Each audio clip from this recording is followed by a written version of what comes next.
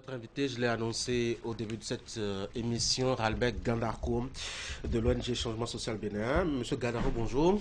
Bonjour. Bienvenue sur l'Actu Matin. On a deux sujets à évoquer, mais déjà on va commencer par celui qui fait l'actualité. La polémique autour d'une visite d'une délégation de députés, notamment du parti de l'opposition, l'aide démocrate, dans un centre pénitentiaire à Porte-Nouveau. Ça fait beaucoup de bruit. Qu'est-ce que vous en dites, vous qui êtes spécialisé sur des questions liées justement à la vie carcérale au Bénin? Merci pour la considération institutionnelle. Changement Social Bénin a développé un exercice de redevabilité judiciaire avec un focus sur la chaîne pénale. Ça nous a mis en situation donc de documenter le niveau du service public de justice pénale offert par les tenants pénitentiaires au Bénin. Et donc, cet exercice, quoique devenu très difficile depuis la circulaire de 2020 ayant suspendu la visite du milieu carcéral aux ONG, nous avons quand même pu, en 2021 et en 2023, effectuer ces visites-là. Donc il faut dire qu'actuellement nous avons un document de plaidoyer sur la table de l'autorité ministérielle compétente pour que la circulaire soit totalement levée, afin que les ONG régulièrement reconnues dans les villes du Bénin et qui travaillent dans le domaine des droits de l'homme puissent faire l'exercice, puissent nourrir l'exercice de redevabilité judiciaire. Pourquoi? Pour répondre à votre question, j'ai fait la transition comme ça, parce que en République, il y a ce qu'on appelle les porteurs de responsabilité, qui sont ceux qui nous gouvernent, ceux qui offrent le service public. Et en face, vous avez les titulaires de droit, ou parfois organisés en porteurs de cause, en association politique ou en association de la société civile, pour participer à la gouvernance publique.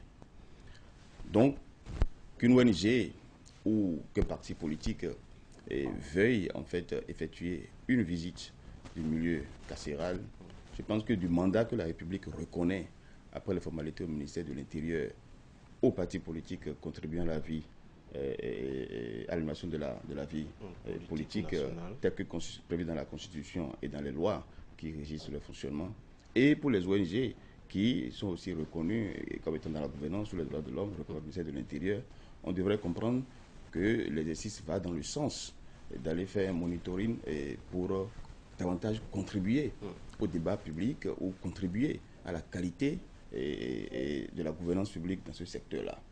Après, revenant au cas spécifique, c'est-à-dire des démocrates, j'ai lu avec intérêt la note du directeur général de l'agence pénitentiaire qui, me semble-t-il, invitait les parlementaires, parce que vous avez dit le parti les démocrates, est-ce que c'est le parti organisé qui va, est-ce que c'est des députés? C'est les députés du groupe parlementaire, les démocrates. Oui, c'est-à-dire, tout est dans la forme. Tout est dans la forme.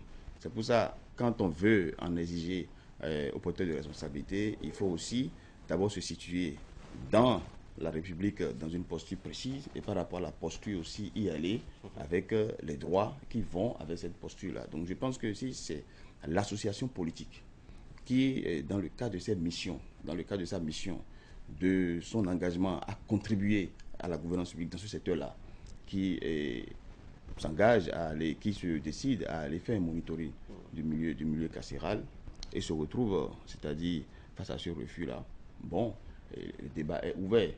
Et si c'est les parlementaires qui rentrent dans un exercice de redevabilité parlementaire, parce qu'il y a des choses que les gens ne clarifient pas. Si vous vous souvenez bien, avant que le premier garde des Sceaux, sous le régime de la rupture, ne quitte ce ministère pour autre institution, il avait eu un budget très ambitieux, fin 2017. Et avant ça, en prélude à ça, courant septembre, vous aviez assisté à la visite du milieu carcéral par les députés du Bénin. Et vous souvenez, sont bons, et ça avait horrifié plus d'un. Le débat au Parlement était assez écœurant. C'est pour dire qu'il est de l'exercice qu'il est disons, du mandat des parlementaires dans l'office de redevabilité, quand ils autorisent les dépenses publiques, quand ils autorisent avec délicatesse que l'exécutif dépense notre argent il est de leur devoir, de leur prérogative aussi, d'aller vérifier sur le terrain si tel qu'ils l'ont autorisé, l'exécutif est en train de dépenser ainsi notre argent dans ce secteur-là. Donc il est du mandat des parlementaires d'aller faire ça. Et pour faire ça aussi, il y a la forme qui va avec. Qu'est-ce qui peut déranger Donc, dans la forme aujourd'hui? C'est vrai qu'on a lu un peu le directeur de l'agence pénitentiaire urbaine qui s'interroge sur justement la qualité de ceux qui rendent visite. Mais dès lors qu'on a été élu député, on a besoin d'autres qualités pour aller dans les tribunaux. C'est ce que j'explique. Oui. En République, vous avez les instruments, vous avez les institutions qui répondent des instruments, et vous avez les acteurs qui doivent s'inscrire dans le contenu des instruments et qui doivent, dans l'interaction avec les institutions, être respectueux en fait de tout. Donc c'est pour ça que je dis, vous avez commencé par votre question à parler du Parti Les Démocrates. Après, nous sommes venus spécifiquement aux députés. Et les députés, pour le faire, il y a aussi une forme pour le faire. En plus, depuis je parle de monitoring du milieu carcéral, semble-t-il que leur visite avait un focus précis. Ça aussi se fait. Ça se fait si par exemple, il y a une alerte spécifique sur la qualité du service en milieu carcéral fourni à un détenu spécifiquement. S'il y a une alerte sur la qualité au point donc d'entamer l'intégrité physique de ce dernier, et il est aussi de l'intérêt tant des ONG, des députés, comme d'une association politique que d'aller, c'est-à-dire d'abord documenter et après la documentation, interpeller ou interagir avec les personnes de responsabilité pour une amélioration substantielle de la situation peut-être en péril.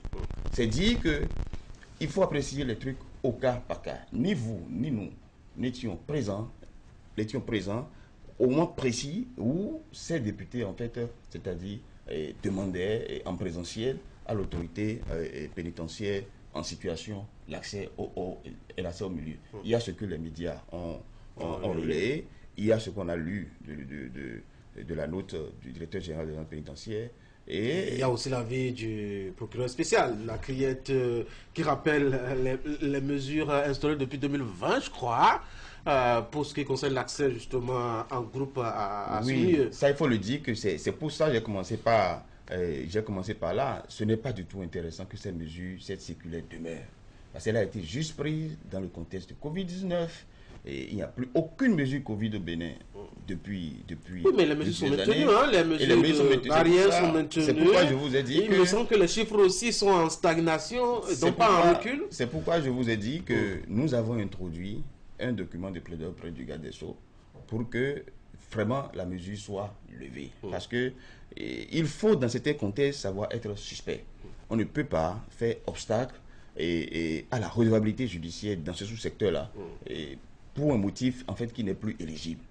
Et après, encore une fois, quand la République on a reconnu une association politique, une association civile, on sait bien qui les représente, on sait bien dans quelle forme on peut, c'est-à-dire les accepter dans l'interaction avec la nation publique. Il faut juste leur poser les formes et faire cela. Mais instaurer un blocus, ça semble suspect. Et il faut savoir être suspect. Il faut faire attention.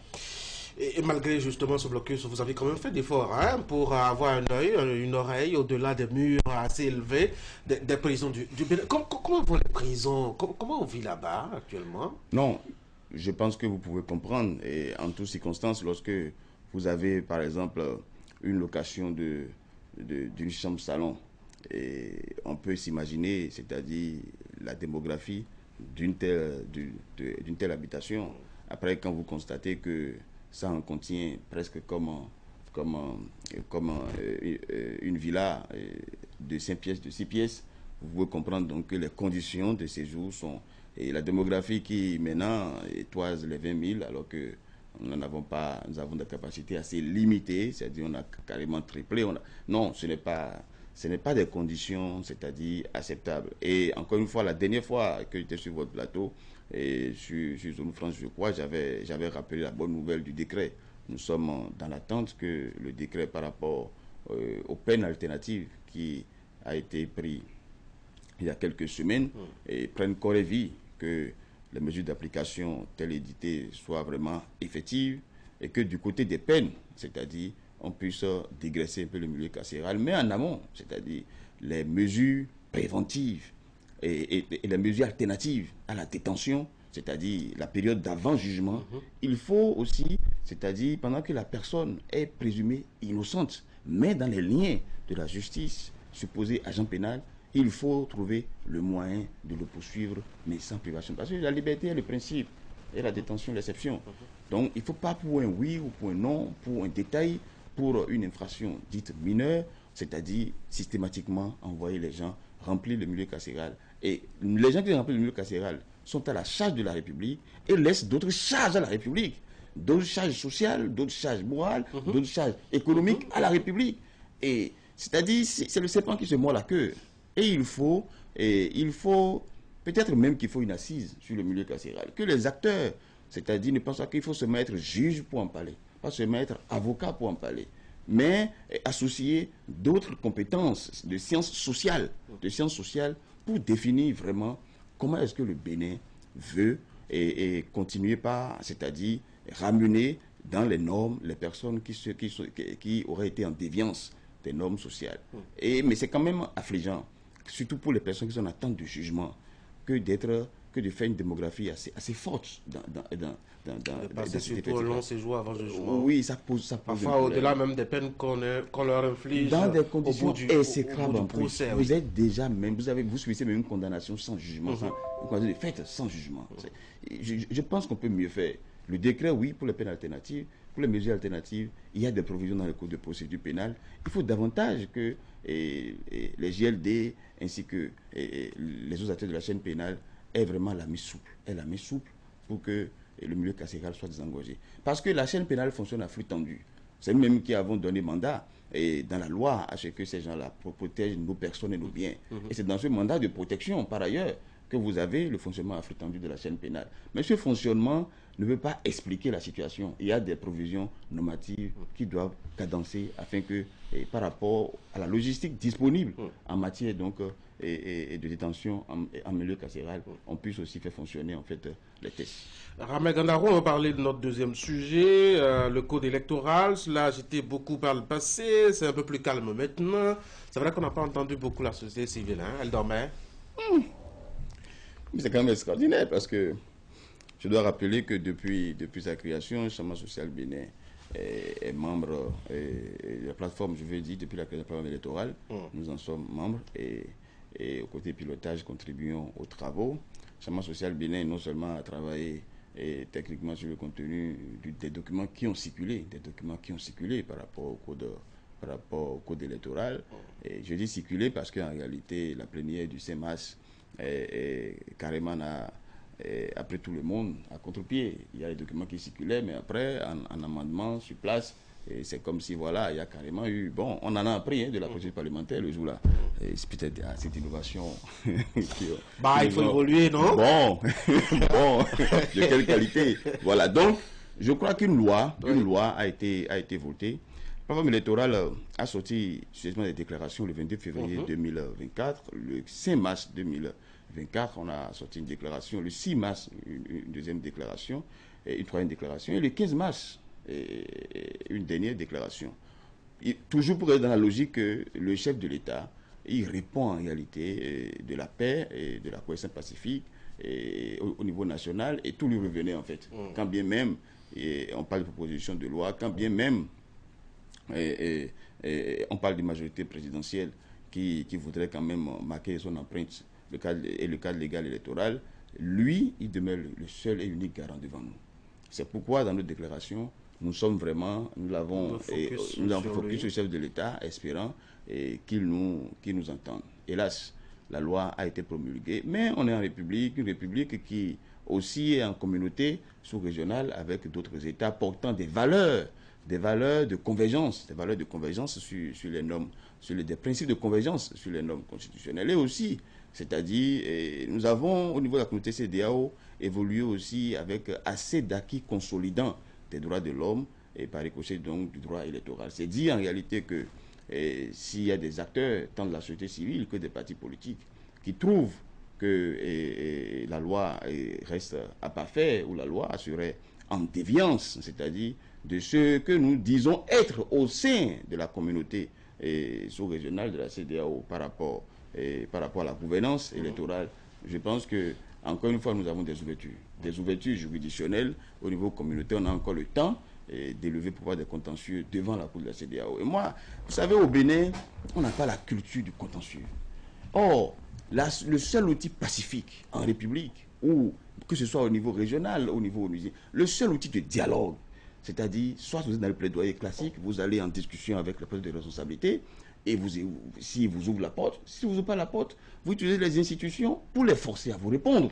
Pour les forcer donc, c'est-à-dire à s'expliquer sur pourquoi ils ont statué ultra petit a, sur infra petit a par rapport à tel principe qui désormais devient en fait un droit subjectif à vous, citoyens, citoyens d'un pays, citoyens d'une communauté. Donc, je pense qu'il y a, c'est-à-dire des ouvertures juridictionnelles encore possibles pour que ce que tout le monde semble remettre en cause par rapport qu'est-ce qui vous gêne ce temps dans le code? Non, vous savez, le 3 septembre 2020, la société civile à l'unisson avait publié ses observations à travers le manifeste Laissez-moi choisir.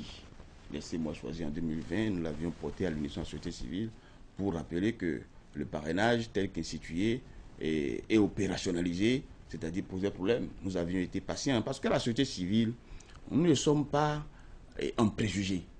Nous attendons que les effets des mesures prises soient là pour vraiment dire, bon voilà, vous avez laissé vos prérogatives, mais par rapport à tel effet, vous devez donc changer de curseur. En 2020, nous avions attendu les élections communales et ce n'est que début juin 2020 quand le collège des parrains, c'est-à-dire l'effet des parrains, a fini par être constitué après les élections communales, qu'on s'est rendu compte que, mais en réalité, il se posait un problème pour que nous puissions avoir la liberté de choix. Parce que tous les parrains relevaient en fait d'un camp politique. Mais le contexte, il a changé maintenant. Presque tous les parrains relevaient d'un camp politique, à part un effectif assez réduit pour les FCBE. Voilà. Donc, bref, on s'est rendu compte qu'il y avait un problème de fond pour qu'on ait une réelle alternance. Or, en démocratie, c'est-à-dire la chose la plus recherchée quand on va aux élections, c'est l'ouverture à l'alternance. Donc, quand on a fait le point techniquement, on a produit, et laissez-moi choisir, en ce moment, aujourd'hui, les conditions qui nous avaient motivés à créer, laissez-nous choisir, ces conditions sont encore plus corsées. Ah oui, vraiment. Plus corsées. On a l'impression que le contexte il a changé, mais plutôt positivement, parce que si hier on a quelques maires seulement au niveau des FCBE, ils étaient à peine une dizaine, encore qu'avec le temps, la liste a été dégraissée avec quelques revirements spectaculaires. On a désormais qu'à l'Assemblée nationale, il y a un parti politique qui a quand même 28 députés et qui pourrait quand même, de son propre chef et sans négociation, proposer ça, un candidat pour l'élection de 2026. Donc le contexte, il a changé. Pourquoi vous pensez que nous devons, pour le choix de l'alternance au Bénin, seulement nous rapporter aux démocrates? Pourquoi voudriez-vous que moi, citoyen, je n'ai pour tout choix que le candidat des démocrates? C'est l'opposition qui est en démocratie. La plus en Pourquoi voudriez-vous m'imposer que je n'ai pour tout choix que le candidat des démocrates? Pourquoi? Qui dit que les démocrates ont le meilleur projet de société? Vous pourriez choisir un candidat du PR ou un candidat de l'UPR. Si c'est BR, UP, il n'y a plus d'alternance. C'est ce que j'explique en fait. C'est une continuité, il n'y a plus d'alternance. Mais pourquoi on veut imposer aux citoyens de ne choisir que les démocrates?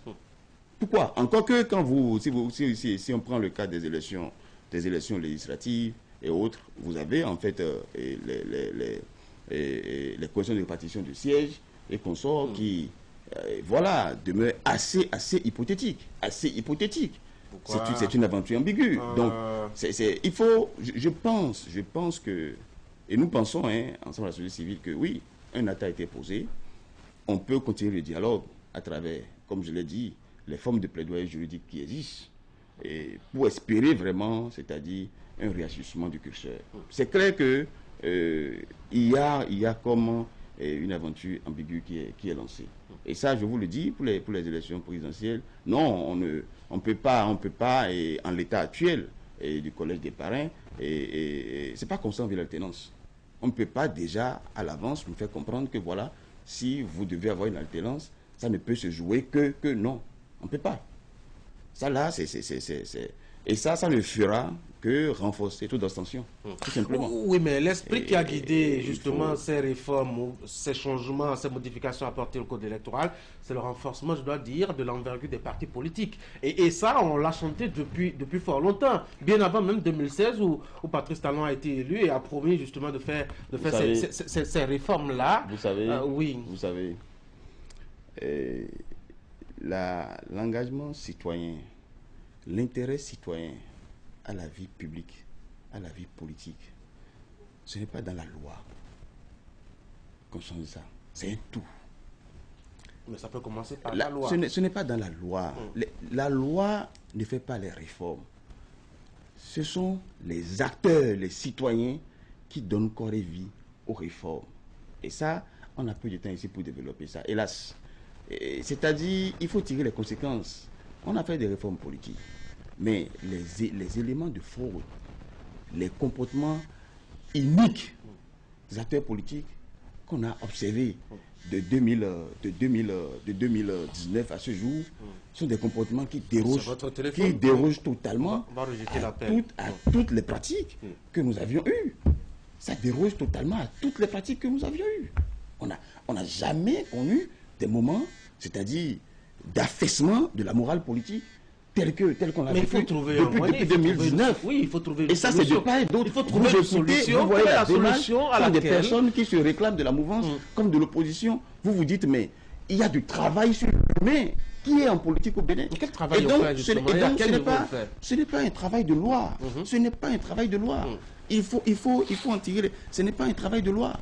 Le travail est ailleurs, tout simplement. Et ça, c'est un truc sur lequel il faut en convenir et tout simplement comprendre que la loi ne fait pas les réformes. De tout point de vue, la loi ne fait pas les réformes. Ce sont les hommes qui donnent corps et vie aux réformes.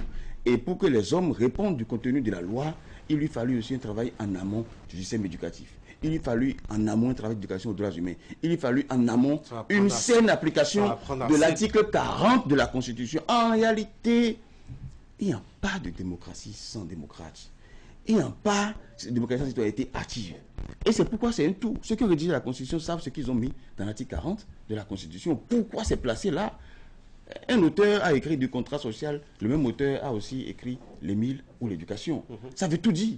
Il ne faut pas penser les choses sans le sujet qui porte les choses.